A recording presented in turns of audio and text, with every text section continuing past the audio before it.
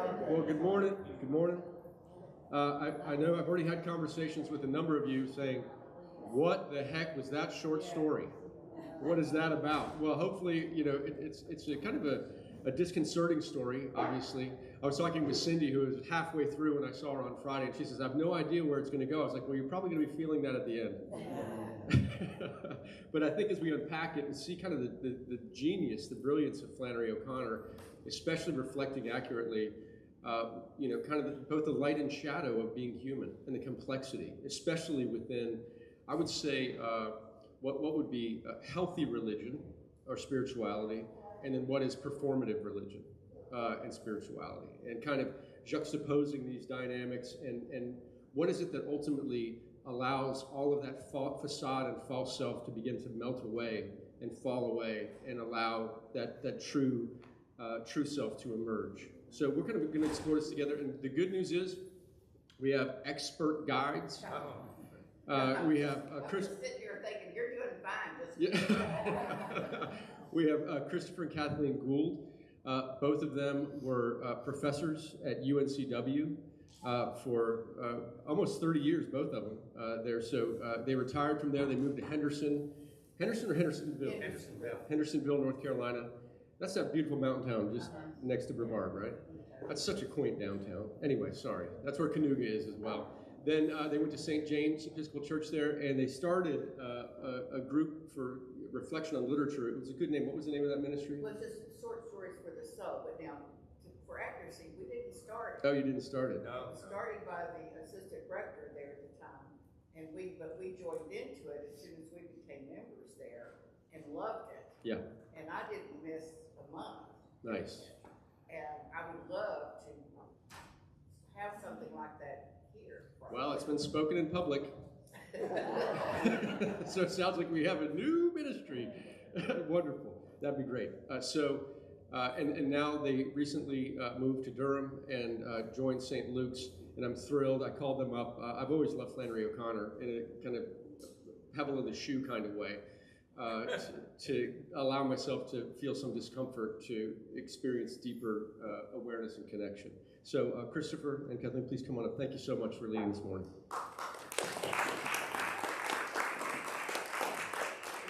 Thank you, Greg. I'm going to start out just by asking a question. One of the great pleasures of teaching literature over the years was that infrequently, but wasn't all that infrequent, the occasion would arise where a particular student that I never would have guessed would read a short story or a poem or a play that struck a particularly responsive chord with them. And I wish I had such an anecdote to say about this story, but that's not the case. I never heard a student say to me, I just loved A Good Man Is Hard to Find. And so my initial question is to ask the group, anybody who particularly disliked the story, and you don't have to explain why, but certainly I hope, I would encourage you to do so, but was there anybody who had a really negative response to the story? And I'll say it has never been one of my favorite stories, but as Greg says, it's one that certainly is provocative and one that's very teachable, I think. Yeah, thanks. Well, it was totally depressing. Yeah. Depressing, yes. Yeah, where was the redemptive arc? Well, I could ask this question. The first time I read the story, I'm reading through it and I'm thinking, oh, this is hilarious. I mean, the grandmother and the two children, and when Red Sammy's wife, says, how about you come and live with me? And June Star replies, and the lady says, ain't she cute? I mean, you can just hear it, like, ain't she cute? And then June Star responds, well, ain't she cute? And so I'm laughing. And then at some point, you go, whoa, that took a hairpin turn.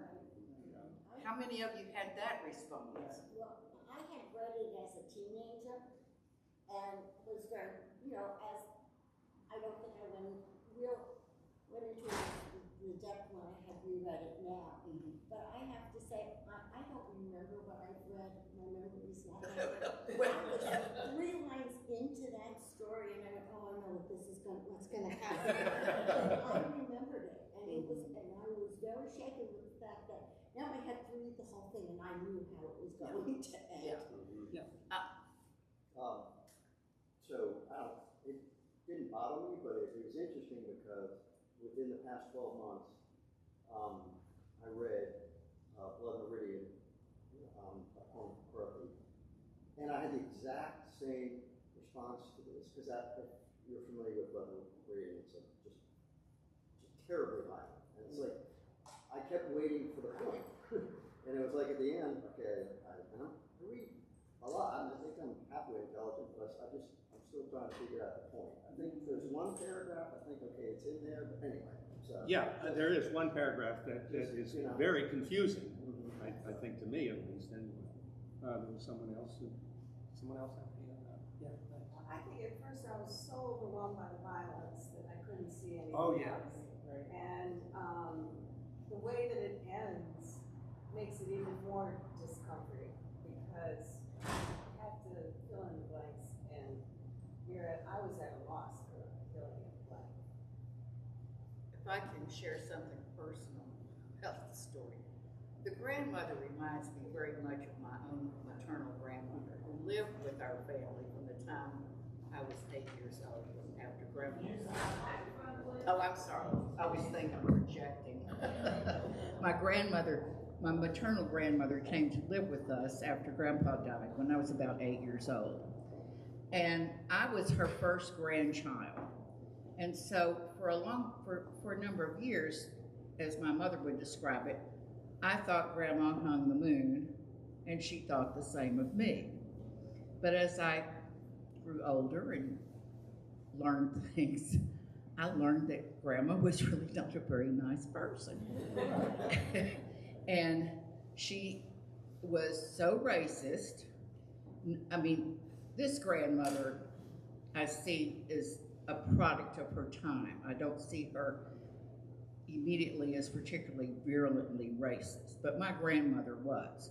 What kept me from being sort of propagandized into the same attitude was the fact that she hated everybody equally. You know, you didn't have to be black. She hated Jewish people, black people, Greek people, German people, you know, Mexican people. She hated everybody. But she read a chapter of the Bible every night before she went to bed. And I had to share a room with her for a while. And so I was aware of her getting down on her knees to say her bedtime prayers. But then the next day she would be just as mean as ever. And so she was very much the performative Christian. And as the more strange we got, the harder it became. And so I'm just jumping right to that problem. When this misfit says she'd have been a good woman if somebody had a gun on her every day of her life, I see the grandmother as when she says, "You're just like my own son." She's just trying to not get shot. That's how I see her. And that's my hang up, perhaps. Chris sees it a different way. Well, just to get back to what is disturbing about the story, anybody find anything unusual about the characters in it? Because, I mean, this is a very character-driven story. Of course, I guess most short stories are, rather than plot-driven. Hold the back from that thing. I was just saying, I think this is a character-driven story, as I think most short stories tend to be, rather than plot-driven. But is there anything that struck you as particularly noteworthy in regard to, there are just a few characters, but about the characters, is anything that... I kind of, the fact that the son and the daughter, the children are there's, you know, they speak and they're kind of part of the whole story. But I thought it was very interesting that the son and the daughter-in-law were kind of peripheral to the whole thing. And when they're taken off and the children are taken off. It's almost like the side to the main story. Yeah, there's something peculiar about the fact that, well, go ahead. Here, let's do this. Is there a way we can take It's the a little microphone to tricky. her? It's only to the length of the cord, which is not great. You're gonna have to come I'm up. gonna have to come You're up. gonna have to stand up and be visible. Oh, gosh, okay. What I said was, I thought it was interesting that the son and the daughter-in-law are almost peripheral characters. They don't do a lot of speaking.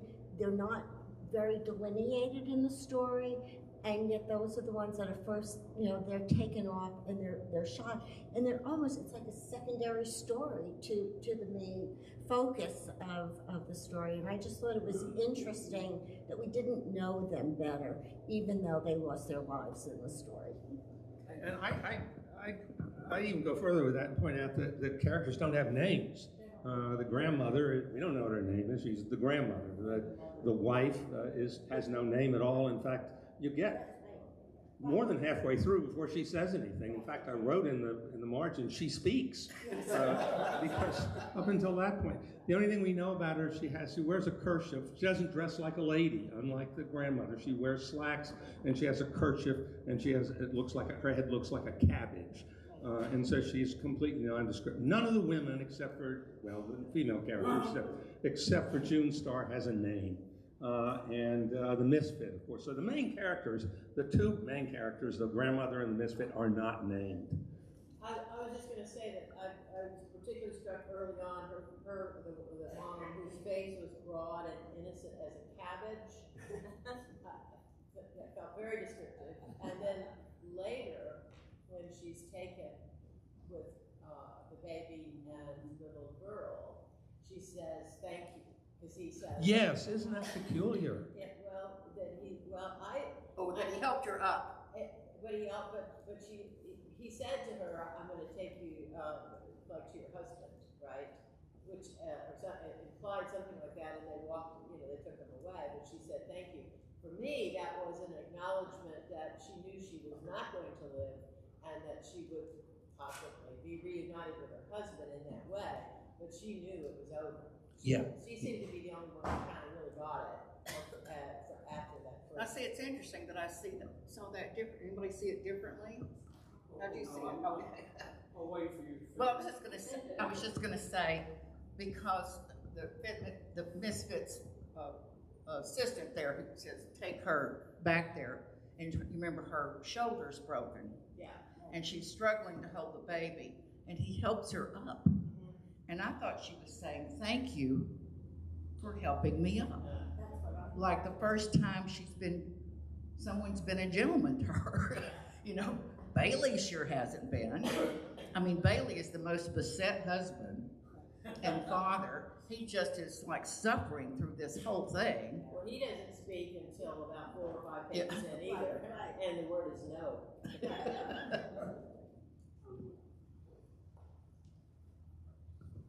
Well, the point, following up on Mike, what's the point of this thing? It seemed to me, when I finished it and read it one more time, is that it can be redemption growing out of violence, which is a strange thing when you think about it, because there is violence and there is redemption.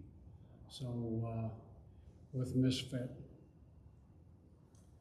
So I really want to pick up on that point because I don't want to digress, but I will say that one of my favorite authors is, contemporary authors, is Ann Tyler, and for reasons that are irrelevant here, I had a correspondence with her in regard to something of hers that I had asked to reprint, and she is justly known as a very nice person. And I got the nicest letter in response from her, and I had quoted in my letter to her a critic who had compared her work to Flannery O'Connor, and she does not like Flannery O'Connor, and I found out. In fact, I think I wouldn't want to be quoted, I wish I'd saved the letter, she used the word hate. And so I was puzzled by two things. First of all, why was she compared to Flannery O'Connor? And secondly, why would she hate her? And when I thought about it, I guess the reason is that both of those writers deal with broken people, broken families, dysfunctional families. There's so much dysfunction in this family in the first part of the story. And they're redeemed in some way, but with Ann Tyler, it always is through reconciliation and acceptance. But through Flannery O'Connor, it's through violence and horror even. And that's a theme in not just this story, but most vividly in the story, but in other stories as well. And when you think about it, it makes her maybe even a more typical American writer. You think about Hawthorne, Melville, Faulkner. I mean, these are people who write about, redemption, yes, but often, but it's through horror and violence. And I think that's a very good point you made about how that's what makes it such a troubling story. And I guess at some point we need to turn our attention to that problematic. It almost makes me think about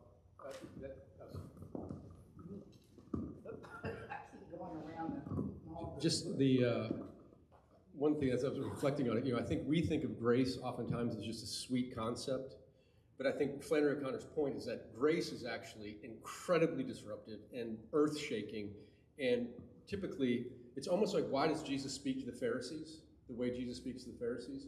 That their egoic, presented, performative religion is so calcified and thick that the only way to bust through that shell is by calling them a brood of vipers or whitewashed tombs with dead men's bones. He doesn't speak to anybody else that way. Just people with super thick performative religious armor. And it's almost like that's not violence, but it is harshness in a sense. It is a stick in the spokes intended to make the Pharisees fly over their bike to disrupt them so that grace can be experienced. So I think O'Connor growing up in the South, I feel like it's almost an indictment on performative moral religion versus transformation. And then what is it that can break through that call us to real grace? We had some. This gentleman back here, didn't you have to come up to the microphone? I found it difficult to understand. I may be the only one in the room, but after reading it a couple times, I still had difficulty, I did not come away after rereading it with the idea that he had been redeemed. I don't think he No, it's not him. It's not the misfit. It's the grandmother. About redemption. Yeah, I'll give my thought, and maybe this resonates with what you would say, Christopher, because I have kind of a different take on the grandmother's moment with the misfit. I think that it was all of the uncertainty that shattered her performative religion, and for 1 second, her authentic self emerged with "You're my son," and touches his face. And that's why I think the misfit said she'd have been a good woman if she was pointing a gun at her all her life, because it was a moment of real awakening. Yeah. Well, this leads me to suggest another here.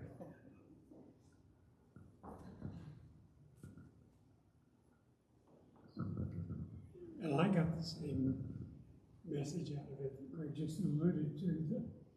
To me, the transformation in the grandmother occurred after she realized all of her family was dead and that she was about to die. And she looked at the misfit and saw tears in his eyes. And in that moment, she recognized him and expressed one of the most powerful emotions known to humankind, the love of a mother for a child. And it was when that transformation took place that she was redeemed. And I think we get a hint from that, because the misfit, or the author says, he looked down at her corpse and she was smiling. In other words, there's something that had been transformative that occurred from that terror to recognition of this misfit as another child, a child of God, or her child. It was what was transferred. Yeah, I think it's so easy to overlook it. In fact, I had to be reminded of the fact that tears are really the thing that are transformative, and and when she reaches out to him as though he were a son. That's crucial, I think. We haven't talked much about the misfit himself. Where he says, Jesus was who he said he was. There ain't nothing for us to do but follow him. If he was who he said he was, it's for sell everything and follow him. And he's not seen anybody doing that. And he said he'd thrown everything out of balance. And, one of the things that struck me is he talks about he didn't know what he had done so wrong to match the punishment he got, or that the punishment he got seemed not to match what he had done wrong. And so a society that's built on, and a religion that's built on punishment rather than grace is problematic in some way. I mean, yes, they had the papers on me that I killed my daddy, but I don't remember doing it. And so, the question is he blocking it out? Did he really do it? We all know of cases, we've heard of cases where people are unjustly convicted of crimes. They had the papers on him, but he doesn't remember doing it. And we might ask ourselves, how many of the crimes we've committed that we don't remember either? I'm about to go to confessional. I think another detail that's easy to miss in the story in that crucial scene is it says that the grandmother's head cleared for an instant. And I think that's a very important passage in there because, as Greg suggests, there's a kind of epiphany, I guess, to use a formal literary term, that precedes what she says. And if we don't attend, I think, to the possibilities that are raised in this paragraph and right at the end of the story, we're left with what was at least a very conventional interpretation of the story, which I'm sorry to say is the one that I presented to students for many years until we talked about it at St. James in Hendersonville, and the associate rector who coordinated the conversation really opened it up for me. And that conventional interpretation goes something like this, that Flannery O'Connor is a satirist, that is an outraged moralist who's looking at contemporary society and finding everything that's wrong with it. It's been corrupted by popular culture. The children are reading comic books. The father has his head buried in the newspaper in the sports section. So you have the disintegration of the family, the abandonment of traditional values. So that O'Connor is looking at, sneering at, and railing at the degeneration of traditional humanistic Christian values and is passing judgment. And I mean, I don't think that's wrong. It's just incomplete in some way. And those things that we laugh at in the story, I think, are often sort of the satirical elements. In fact, one of the things that stands out to me in the story is the conversation in Red Sammy's, which one critic described as a festival of cliches. There are two things that O'Connor is particularly critical of. One of them is hypocrisy, obviously, and the other one is banality. And these two things come up over and over again in her stories, and there's nowhere is it treated more comically, I think, than in that one scene that falls between the other two scenes in the story and makes the impact of the final section all the more jarring in some way.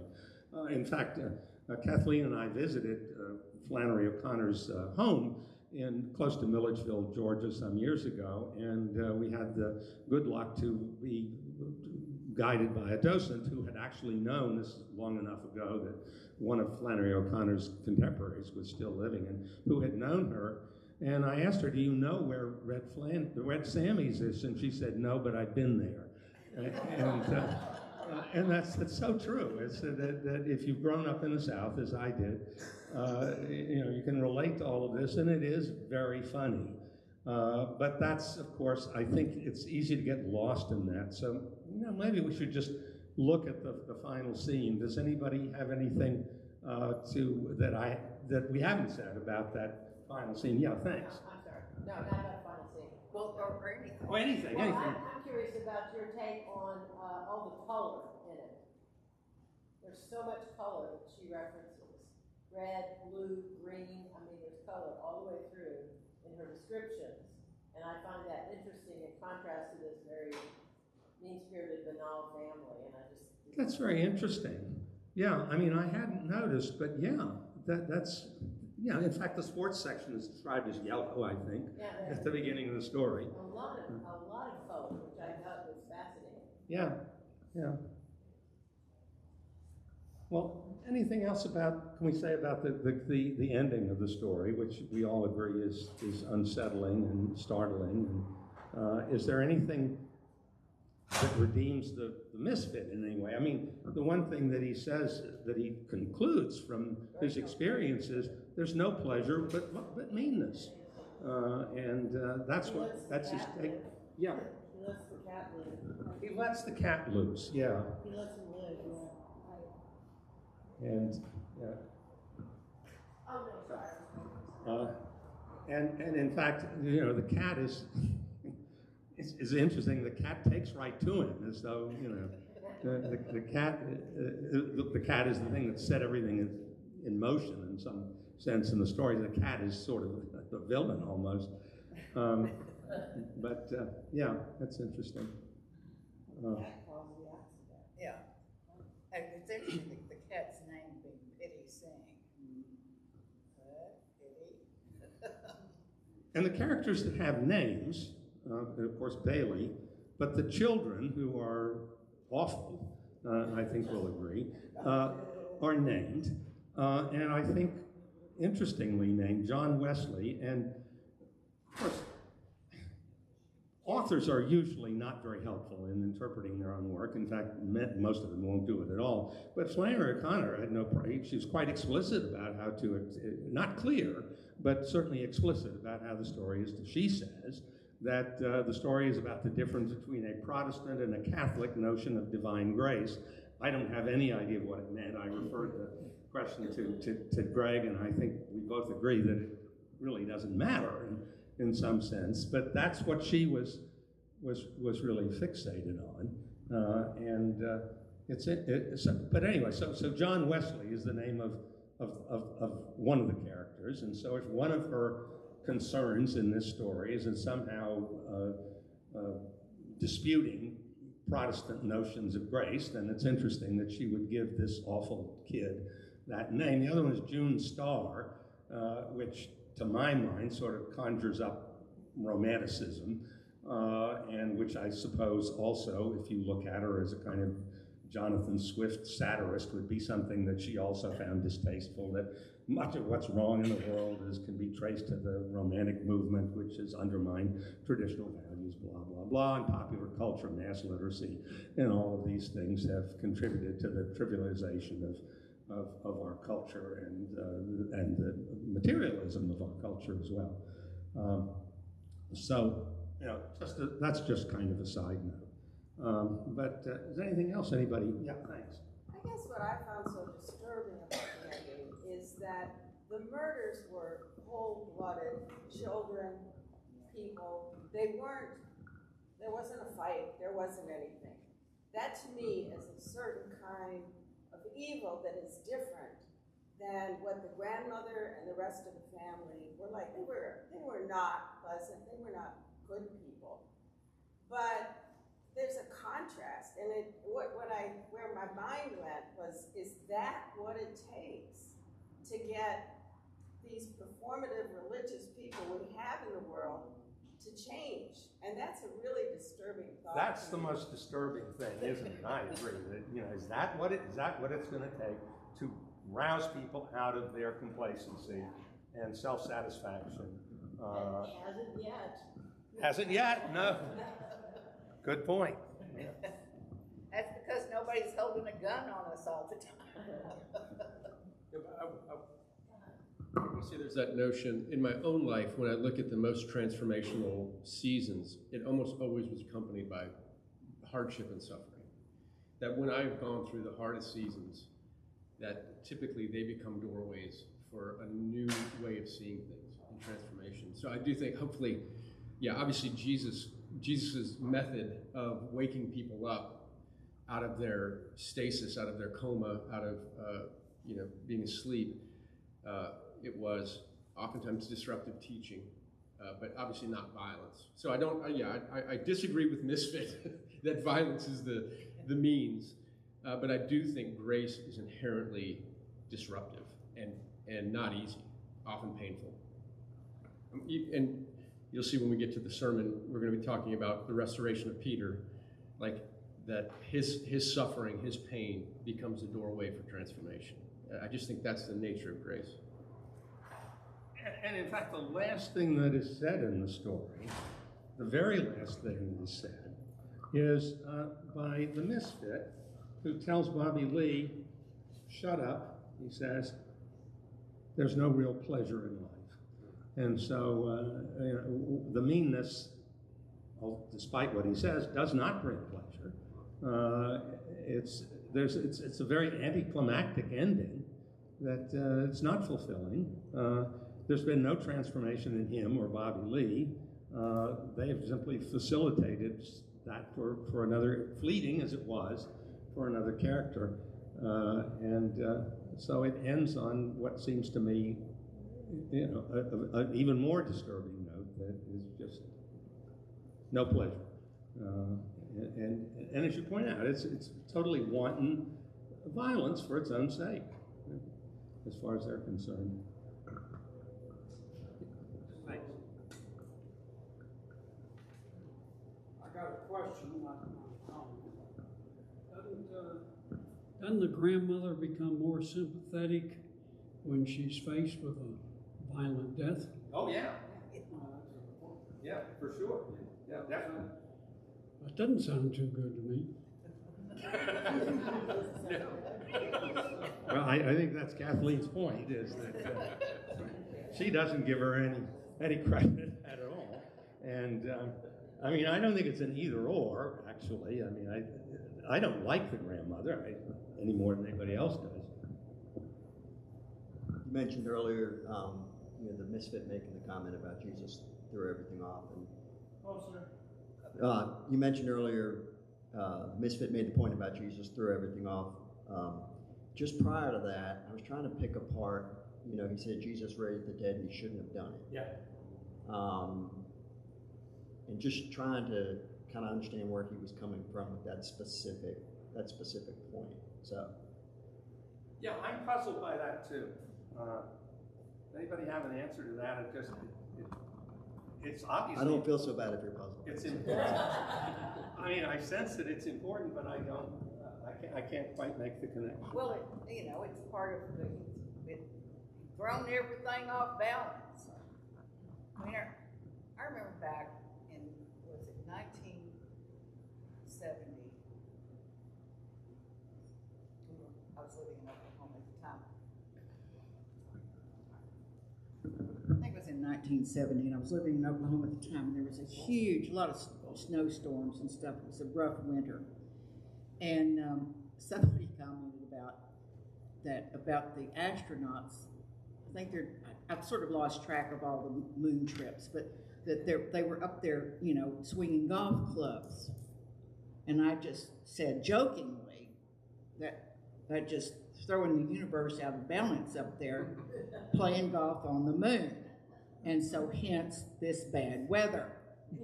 And so I'm making a joke out of it in a way, but who knows what things might throw the world off balance. Anyway, so that's my take.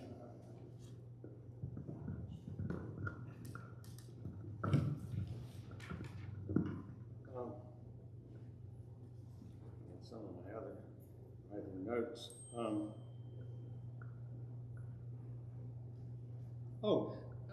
One thing that kind of stood out for me that I'd never noticed before in reading the story. I've read it so many times. Is the paragraph where it starts with, "The next morning, the grandmother was the first one in the car, ready to go, and she brought the cat. She didn't intend for the cat to be left alone in the house for 3 days."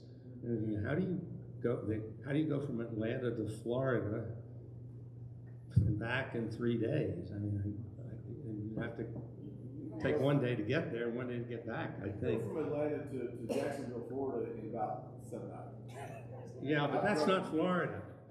I grew up in Florida. Jacksonville is not Florida. Jacksonville is an industrial city. I mean, you're right. You cross from Gainesville, Pensacola. Yeah, right. Yeah, of course. Yeah, I'm just kidding. Yeah, you go to the Panhandle and back, I guess. But I like the grandmother immediately because she didn't want to go to Florida. I agree. I'm trying to figure out how to run up in Toombsboro, Georgia, because that's not on the way between Atlanta and. I mean, you would almost have to be going to Jacksonville. Back in '53 is when the interstate. Back in the day, yeah.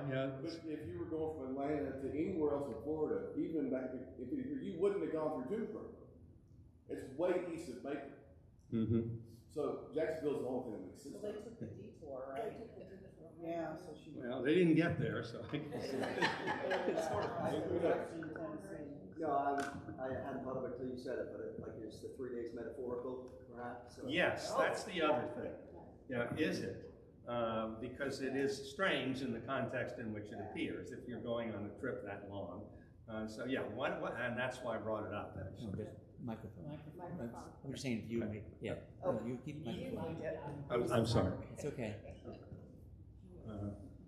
The grandmother didn't want to go to Florida, but she was still the first one in the car. First one to go, yeah. It just feels like that so many of the contrasts, just like the 3 days, there was no resurrection. Yeah. You know, it was this horror. And Jesus throws everything off. I was thinking also that he talked about, he was accused of killing his father. Jesus didn't kill his father. There's, this kind of odd connection between the two of them, but he's sort of taking a different path in his listing of the things he did, most of which were other than being a gospel singer. Oh yeah, I'd forgotten that. Yeah, of course, that is interesting, isn't it? I guess the point I kind of brought this up for is that this is a story that I've read so many times, and each time there's something in there that I hadn't really paid close attention to before. And we go back to it and notice it, and it resonates. And I guess that's what makes it a great story. Again, it never will be one of my favorites. I'd be disturbing if anybody said they enjoyed the story. But it is a very powerful story, and of course one of the most anthologized in American literature, and I think for very good reason. And as I suggested, I think it is a kind of quintessentially American story because so many American writers have this kind of dark, gloomy, and there's been a lot written about it, a famous critical book called The Power of Blackness, which talks about the early American writers as being, steeped in Puritan gloom. And of course, Flannery O'Connor would have hated any comparison to Puritanism, I'm sure, being a very devout Catholic. As I guess all of you knew. She grew up in Savannah, grew up in the South as an only child, never married. She and her mother lived on this farm in Milledgeville. They raised peafowl. And an interesting story about her in relation to this particular story, anecdote about her, was that she was invited to a university English department to give a lecture sometime, or a reading, I guess, and there were questions afterward, and there was some graduate student who just wouldn't let go of some interpretation, that it was that the misfit was a Christ figure, and she was horrified at it, and then the student wouldn't give up and said, well, why does he wear a black hat? She said, to keep his head warm. So, like many writers, she did not like that. They're very possessive of their own work. I grew up in the tradition of, or I was schooled in the tradition of new criticism, which holds that the writer's intentions are somehow irrelevant, that a text is an autonomous thing that does not belong to the artist any more than it belongs to anyone else, that one can have an interpretation that's valid and useful that is not anything close to what the writer intended. And of course, that was then called the new criticism. It's far from new even then, and certainly now not new at all. But it is something that she apparently was not comfortable with, and many writers aren't. But she certainly has written a story that presents a field day for new criticism, because the best interpretation of a story, according to the new critics, is one that derives, is validated by specific details in the text. And the best interpretation can be supplanted by a better one, but it has to be through things that have to do with the text. Nothing to do with the author's biography, nothing to do with the author's intention, and so forth. And that's why there are so many publications by different scholars about the same piece of literature. Because they've got a new interpretation. And it's why I didn't want to, I was not really a professor, because you have to have a PhD to be a professor. I was a lecturer. I didn't want to get caught up in I have to publish something about a new thing that hadn't been said before.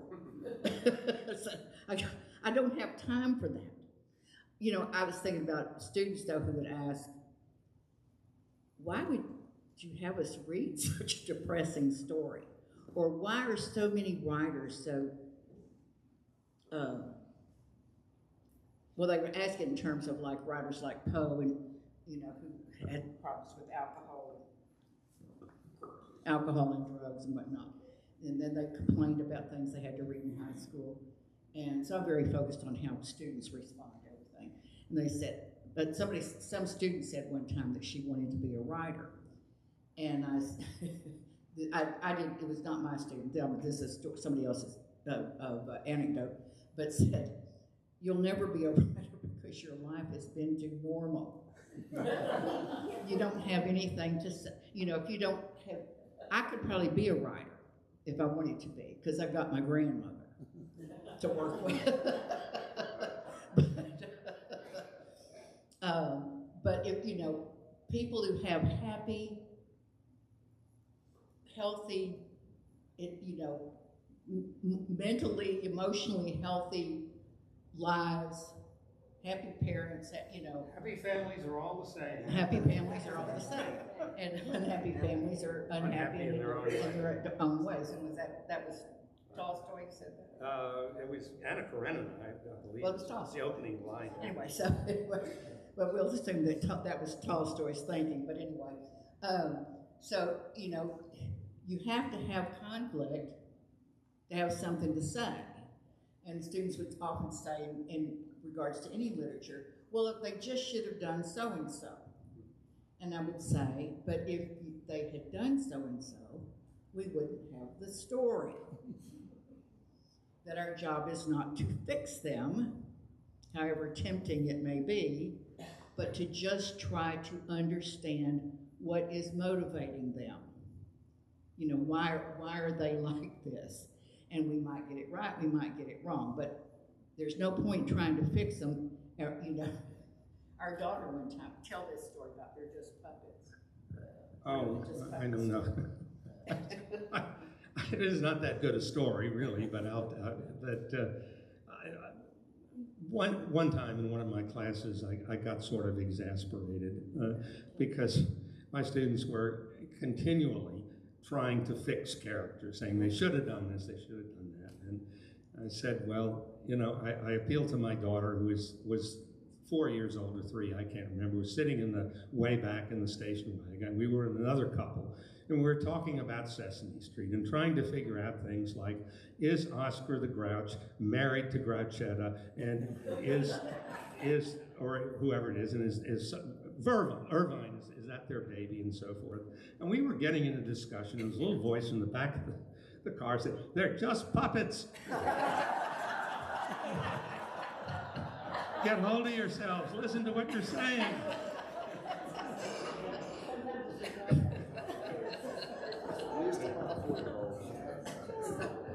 Any other comments? I was looking, as I was reading, this is a reread when I read it, and I realized as I was going through it, and I remembered a lot of it, but one of the things that was actually the most tension-provoking to me was when the grandmother was getting them to the plantation or to this place. Oh, yeah. And she says, it's not much farther, the grandmother said, and just as she said it, a horrible thought came to her. And that just, that was like an electric shock at that moment in this story, which is pretty banal, just kind of a bickering family and so on, which was what caused the cat to leave out of the and when I read it, because I couldn't remember what it was until I got to the next page, and she had remembered that it was in a whole other state where this house was supposed to be, right? And she dared not mention. And of course not. Yeah, the first time I read the story, that caught my attention, jolted me, because you're not prepared. And what is the terrible thought? And it turns out to be sort of anticlimactic, but there's more to come. So yeah. I think for me, Can you?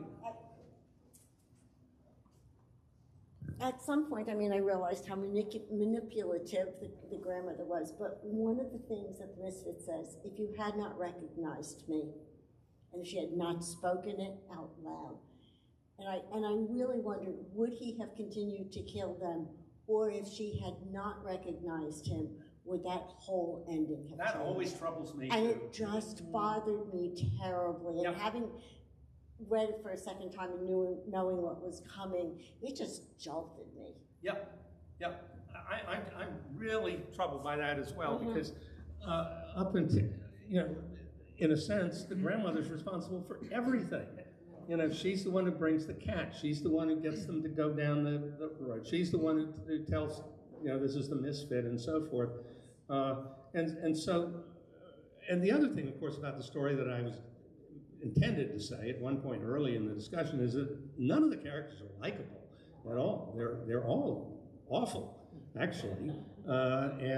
Usually that's something that I don't like in fiction, is to have, especially a novel, that is all about characters that none of whom I can relate to, none of whom I like, and none of whom I'm particularly sorry for. But the end of the story makes that a hard thing to stick with. That the grandmother's transformation, however brief in some way, breaks down that initial response to the story. But yeah, I agree that that's a question in my mind. I mean, Certainly. the only innocent in that whole story was the baby. Yeah, exactly. That baby was killed, to me, was just absolutely horrible. The mother didn't do anything. The mother didn't either, but she was kind of complacent in her not reacting to things and not standing up to the mother-in-law. But that baby was a true innocent. Yeah. Well, the women in the story are the Red Sammy's wife is treated abominably. I mean, she's a servant or something.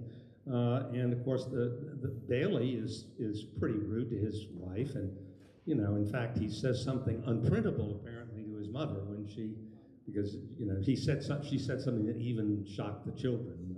The narrative voice says, yeah. Thanks. Why do you think the monkey was included in the story? I couldn't quite hear you. Why do you think the monkey was included in the story? The monkey.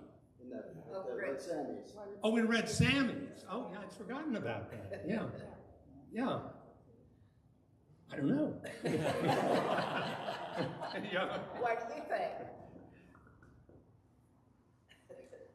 I think it's an answer to the very last statement that there is no pleasure in life.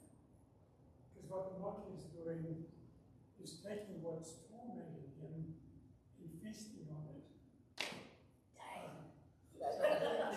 That's good. Reflection on the fact that in a world that is so broken, there's some people who can do nothing but feast on the unbrokenness of the world.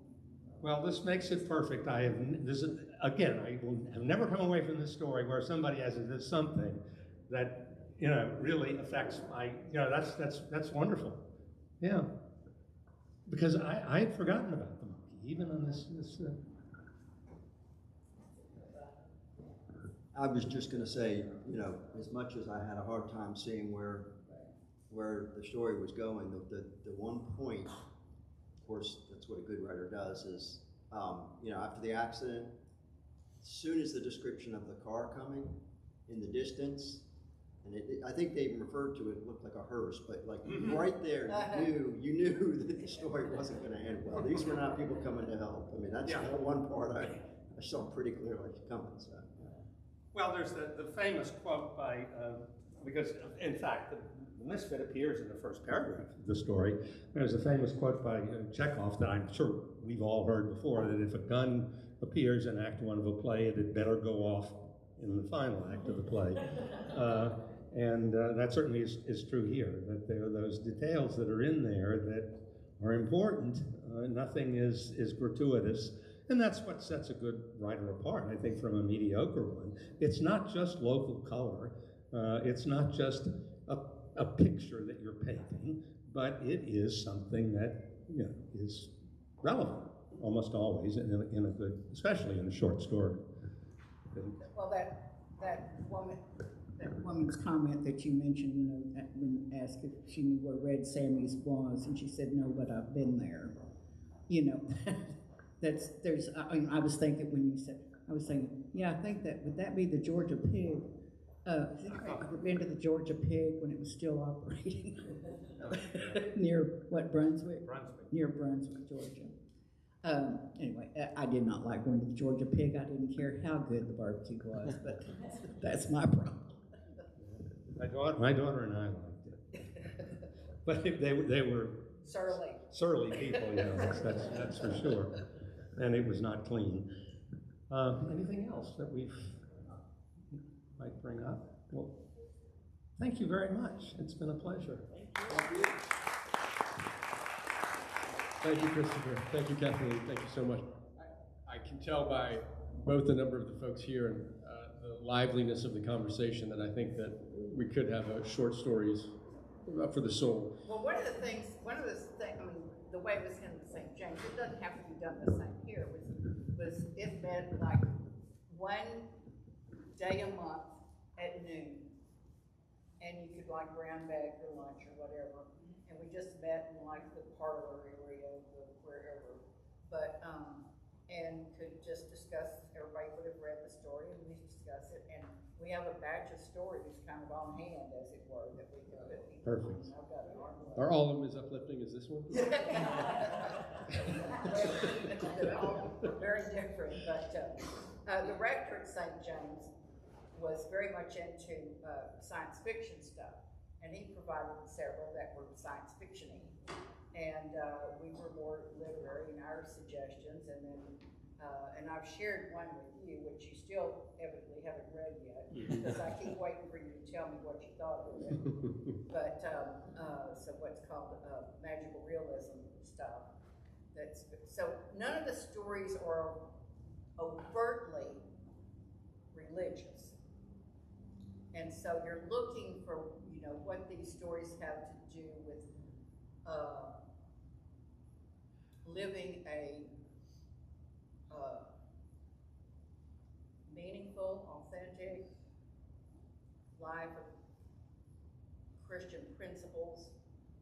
I'm not as good as Christopher and Greg at articulating all this. It's all those years of teaching. It's like I was just a little bit smarter than the people I was teaching. Well, I think I'm not sure I was that smart. Well, I'm sure we'll have some more conversations, see what we can do. I love the idea.